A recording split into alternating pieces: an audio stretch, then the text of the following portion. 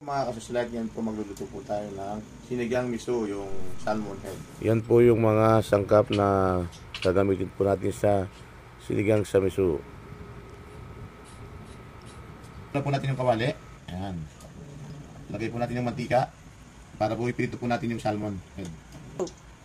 Slide lang po yung pagkakaluto para po hindi hilaw yung salmon. So ilalagay na po, pag mainit na po, ilalagay na po natin yung mga salmon head. So maghintay po tayo para po mag-brownish na po, baliktad natin.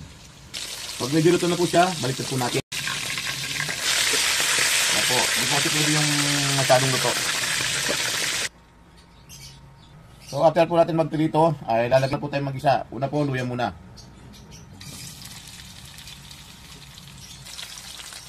Pag luto na po yung luya, lalagyan na po natin yung sibuyas. So lagyan na rin po natin yung kamatis para maluto na po. So lagyan po din natin ng konting patis po yung sabaw mamaya.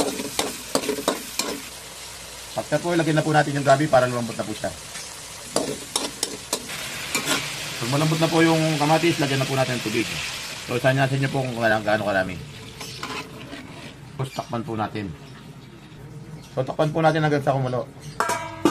Pag kumukulo na po, ilagay na po natin yung labanos.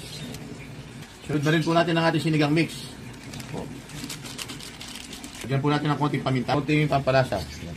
Tapos, at ilagay na po rin po natin yung mga isda. Dahan-dahan. Yan. Lagyan na rin po natin yung mga natitirang gulay. Gaya ng pechay. Yan. Kangkong. So, depende po sa inyo kung anong gulay ang ilalagay nyo. Tapos, takpan para kumulo. Ayan po, luto na ang masarap na sinigang miso. Ayan na po ang masarap na sinigang sa miso. Please follow me on my YouTube channel, Kasosyo Like. Thank you for watching.